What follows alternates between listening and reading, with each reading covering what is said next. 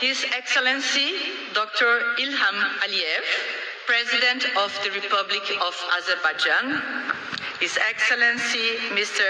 Ga Korming, President of the United Nations Habitat Assembly, Excellencies, Heads of States and Governments present, Ministers, Honorable Representatives of Member States and local authorities, distinguished colleagues and guests, all protocols observed.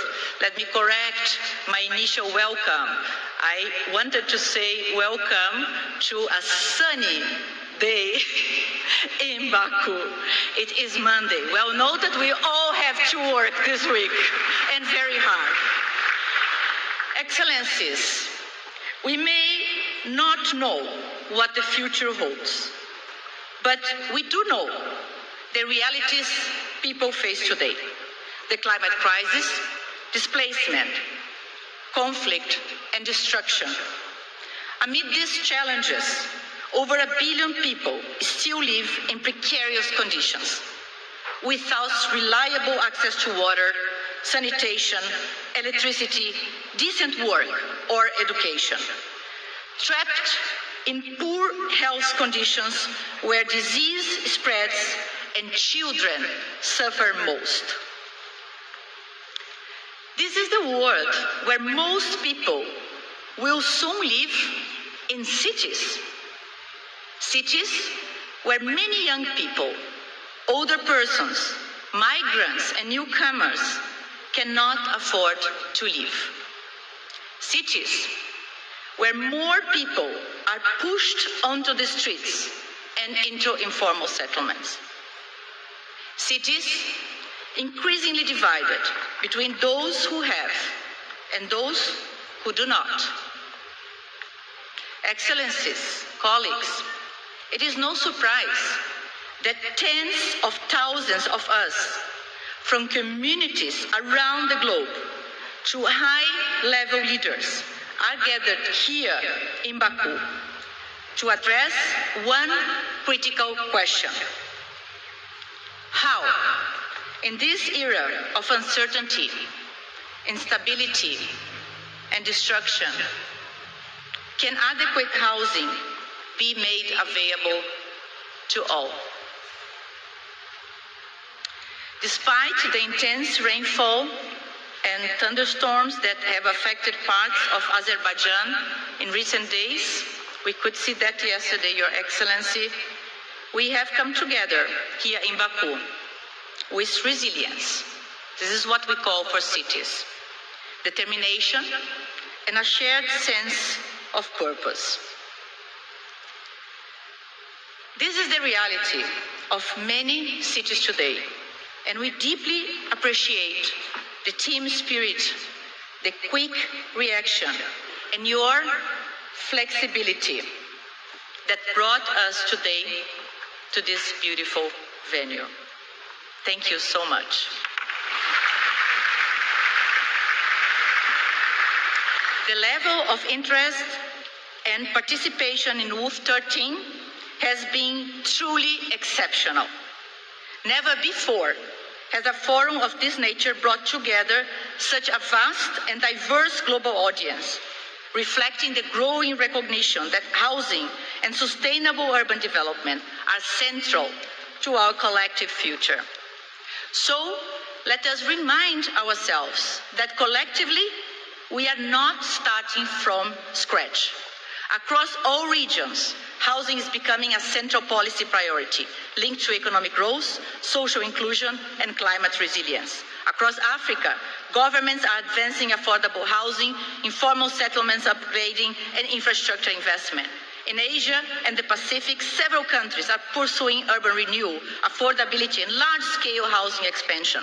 In Latin America and the Caribbean, social housing and transit-oriented development are gaining momentum. In the Middle East, housing is increasingly tied to economic diversification and demographic change, while in Europe and North America, governments are strengthening affordable housing, rent regulation, and supply-focused reforms in response to growing urban pressures. Friends, as the world turns its attention to housing, let us also remind ourselves of the common principles and perspectives we already share. We recognize that the housing crisis is a crisis of equity, resilience, and human rights, and that the future of our cities will be shaped not by exclusion, but by inclusion. Cities cannot thrive when housing systems fall.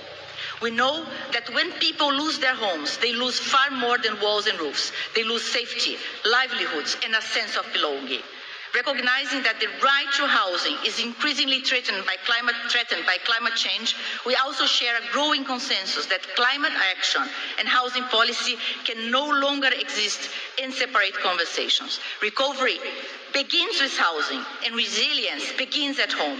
The homes we build today must withstand the climate realities of tomorrow. We therefore share the conviction that housing must move from the margins of policy to the center of global action. As we explore the economic and financial dimensions of housing, we collectively recognize that housing is a social necessity and also a powerful economic engine. Realizing the social and economic potential of housing requires financial systems that finance homes, not speculation. The midterm review of the new urban agenda has confirmed both the urgency of today's urban challenges and the enduring value of the commitments made in Quito. WUF 13 is an opportunity to accelerate implementation through practical action, partnerships and investments. It is time to focus on solutions. What are the pathways to achieving adequate housing for all? Where have we gone wrong, and what must we do differently to move forward? Does UN Habitat have the solution to the global housing crisis? Do we have all the answers for the nearly 3 billion people living with inadequate housing? For the more than 1 billion living in slums? Or 300 million people experiencing homelessness? I will not pretend that we do. But let me add this.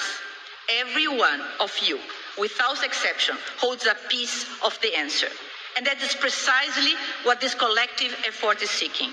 We do not take lightly the time, cost, and, dare I say, the climate impact of gathering here together. It is both our responsibility and our privilege to listen, learn from one another's experience, and bring our knowledge together.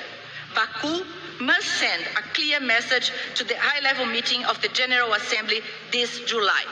We must move from recognizing the housing crisis to advancing the achievement of the SDGs through concrete policies, investments, and action.